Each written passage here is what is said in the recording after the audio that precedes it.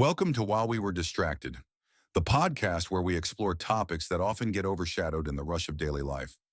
Ever get that feeling? Like you just knew something completely out of the blue. Yeah, like a flash of insight or a gut feeling. Exactly.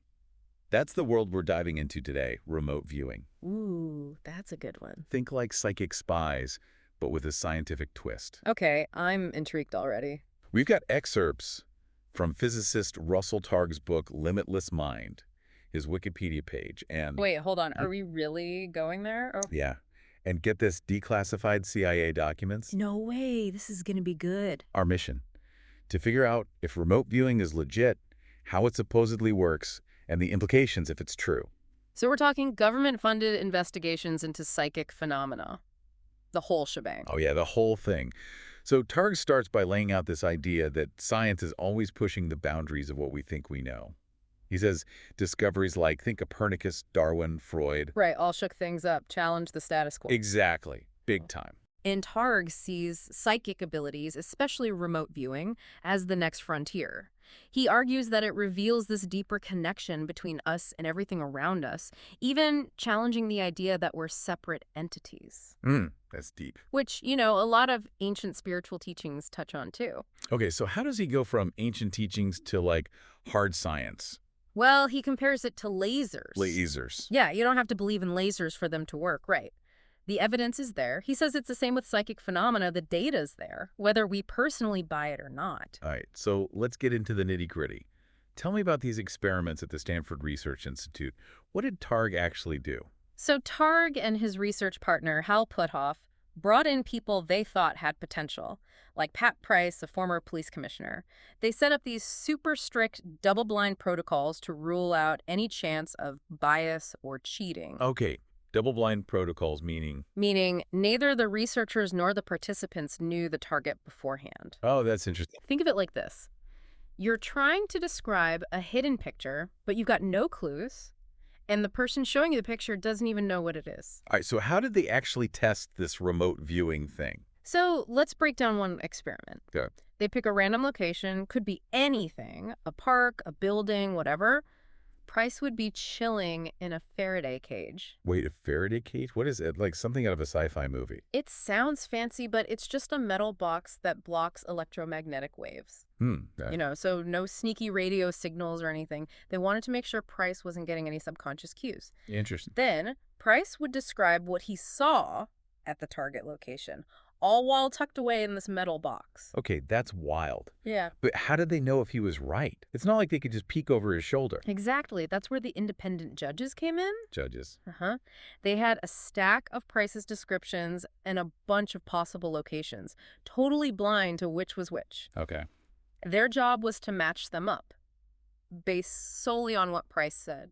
Hold on. So multiple judges, no clue what the targets were, and they're trying to connect the dots based on Price's descriptions. You got it. That seems like a pretty objective way to do it. It was designed to be. And here's the kicker.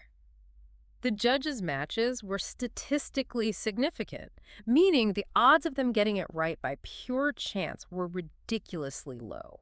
So they're saying Price was actually seeing these places with his mind. Well, the data certainly suggests there's something more than just random guessing going on. Okay, I'm definitely intrigued. Yeah. But let's be real, I'm sure not everyone was convinced. Oh, absolutely. Was there pushback against Targ's methods? Oh, yeah, for sure. Even within the remote viewing world, there were some disagreements. Like what? Well, some folks, like Ingo Swann. Oh, another big name in remote viewing, right? Yes. Weren't fans of using artificial targets. Things like photographs. Artificial targets, what's wrong with a photo? Some viewers felt a stronger connection and got better results with real places that were already out there in the world, as opposed to just pictures. So they're saying a photo isn't enough. It has to be a real place. It seems so, like they needed that existing energy or something to tap into. Interesting. But hold on, didn't you say Price was in a Faraday cage? Yeah. Blocked off from electromagnetic waves? Right. If those waves can't get in, and they're saying it's not just about visuals, how does that even work?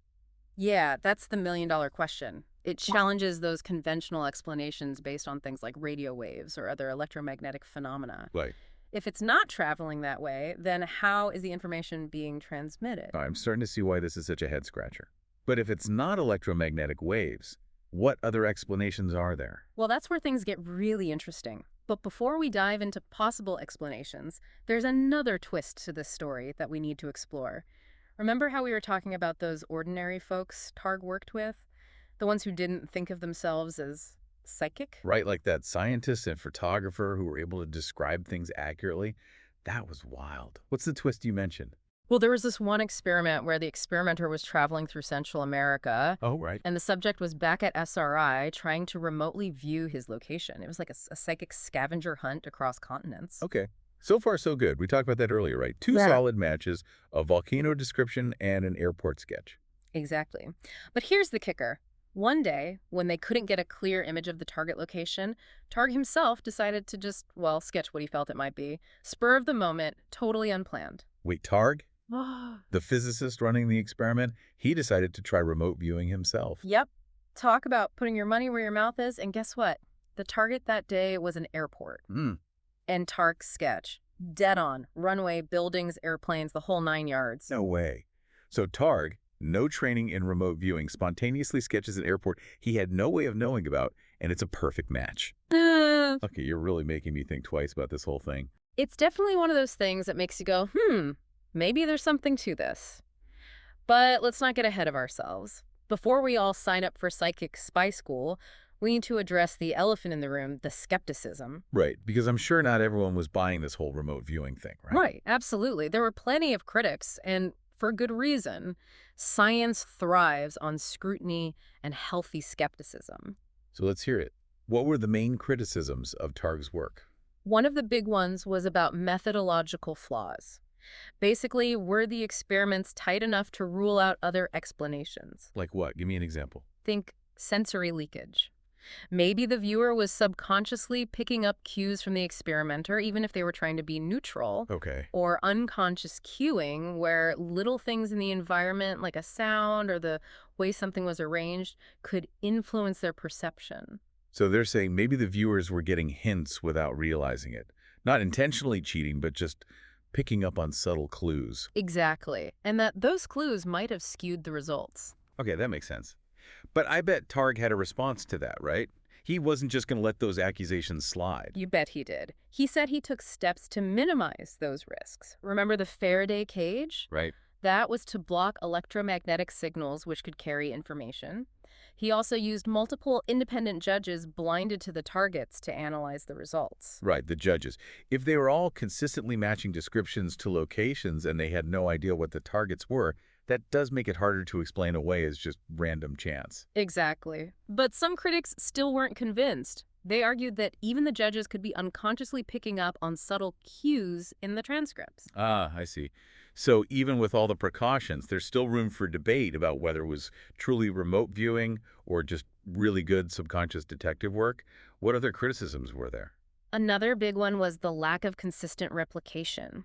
Other scientists tried to repeat Targ's experiments but struggled to get the same level of accuracy. So it's like following a recipe. If you do everything exactly the same, you should get the same results. But if other people try the same recipe and it comes out totally different, you start to wonder if their recipe is the problem. Exactly. And in science, being able to replicate findings is crucial. It's how we know something is reliable, not just a fluke. So how did Targ explain that? Why did his experiments seem to work when others didn't? He had a few ideas. One was that maybe the skill of the viewer matters a lot. Some people might just be naturally better at this than others, like having a knack for languages or music. Others might need way more training, or maybe it's just not their thing. So he's saying it's not a one-size-fits-all kind of thing. Yeah. Some people are remote viewing rock stars and others not so much. That's one way to look at it. And it raises another interesting point. If individual differences matter so much, how do you create a standard experiment that works for everyone? Right, that's tricky. So Targ acknowledged the criticisms, but he still stood by his findings. He did, and he kept exploring, even testing people who didn't believe in psychic abilities at all. And those ordinary people got results too. Some of them did, surprisingly enough, but that's a whole other rabbit hole to jump down, and I think we've done enough jumping for one day. All right, let's keep talking.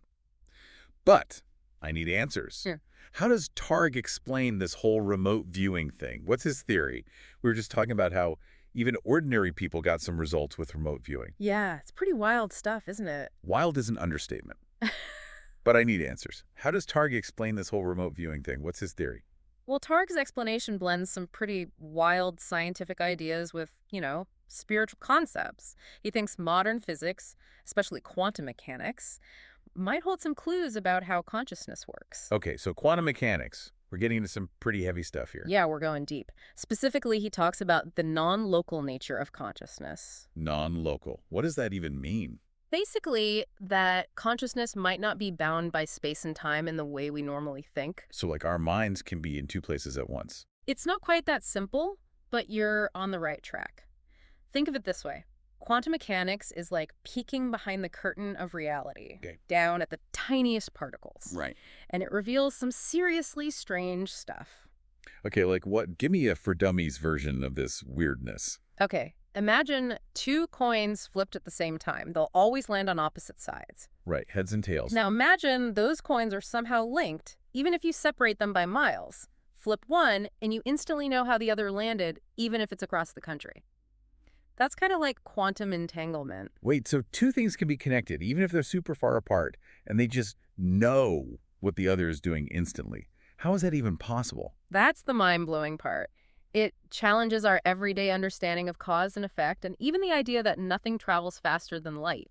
Einstein himself called it spooky action at a distance. Spooky is right. But how does this coin analogy, this entanglement thing, relate to remote viewing? How does that explain seeing something miles away? Well, Targ suggests that this interconnectedness we see at the quantum level might extend to consciousness itself. Okay. He thinks our minds might be entangled with the world in ways we don't fully grasp yet, and that this entanglement could be how we access information beyond our normal senses. So it's like our minds are part of this giant web connected to everything, and remote viewing is like tapping into a specific part of that web. That's a great way to put it. And Targ believes certain states of mind, like deep meditation, might strengthen that connection, making it easier to tune in to remote locations. So it's not just about the science, it's also about the state of mind of the person doing the viewing. Fascinating. Exactly. A lot of spiritual traditions talk about the interconnectedness of all things, the idea that we're all part of a bigger consciousness. Targ thinks remote viewing might be a manifestation of that, a way of experiencing this unity directly. So we're talking cutting-edge physics and ancient wisdom all rolled into one. This is some seriously mind-expanding stuff. It makes you realize how much we still don't know about consciousness and the mind. Absolutely. We're just scratching the surface, and if remote viewing is real, well, it could completely change how we understand the universe and our place in it. Makes you wonder, what if those gut feelings, those moments of knowing something without knowing how you know it, are actually glimpses into this deeper reality? It's a tantalizing possibility, isn't it? And that's what makes this whole topic so fascinating. It pushes us to question our assumptions and consider possibilities that might seem, out there at first. Oh, my mind is officially blown. We've covered a lot of ground today. Yeah. The experiments, the skepticism, the mind-bending explanations. It's a lot to digest, but it's certainly given me a lot to think about. It's definitely a topic that sparks the imagination, invites us to keep exploring. Who knows what we might discover about ourselves and the universe as we delve deeper into these mysteries. For those of you wanting to dive deeper yourselves, we'll have links to Targ's work in the show notes. Let us know what you think. Is remote viewing a real phenomenon? A clever trick? Or something else entirely? Could we all be psychic spies in training, just waiting to unlock our hidden potential? Until next time, keep those minds open and keep diving deep. Don't forget to like and subscribe for the next episode on While We Were Distracted.